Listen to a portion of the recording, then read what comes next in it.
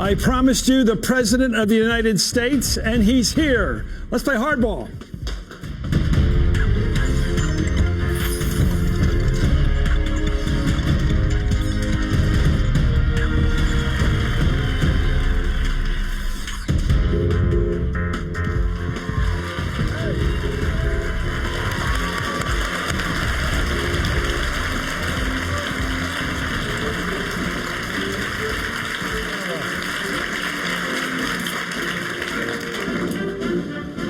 Well, thank you, Mr. President. Thank you, Dr. Neil Kerwin, who's here, the president of the American University, for having us today. It's good to see you. So what brought you to hardball? American University. Hardball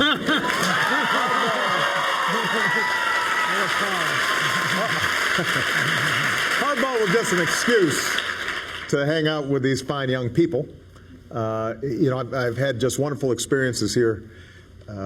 First time I spoke here, actually, was when I was running for the presidency, and Ted Kennedy announced his endorsement here. And obviously, he was an incredible friend and spoken here about immigration, and so I just always have a wonderful interaction with the young people here. They're doing a great job. Well, let's play hardball. Let's do it. You have a great audience here of college-age people and some graduate students and faculty. There's some resistance out there among young people. We've seen it in the polls to enrolling in the exchanges and to get involved in taking responsibility for their health care. What's your argument why they should do that? Well, first of all, I understand why people would have been resistant to going on a website that wasn't working right. And fortunately, because of some very hard work, we've now got it to the point where for the vast majority of people it's working well. And my message to young people is take a look for yourself. The truth is that most college-age students, because of the law, can stay on their parents' plan, and that may be the best deal for them. And we've already insured about 3 million people. And your first job where you don't have full health insurance benefits may mean that you stay on your parents' plan a little bit longer. But at some point, let's say when you turn 26, if you're between jobs or you've got a passion, you're wanting to start a business, and you're not going to have health insurance, this gives you the opportunity to get high-quality health insurance. And for most people under 30, it's probably going to cost you less than your cell phone bill or your cable bill, less than $100.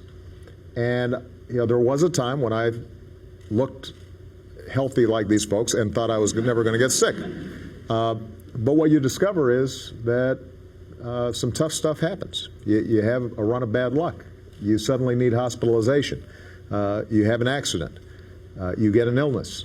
And for young people to recognize that it is in their financial interest and their health interest to be able to get ongoing preventive care, to be able to get free contraception and you know, benefits that like mammograms that allow them to maintain their health throughout their lives without fear of going bankrupt or making their family bankrupt if they get sick. That's something that's priceless, and I think most young people are going to recognize that. So my advice to everybody is the website's now working.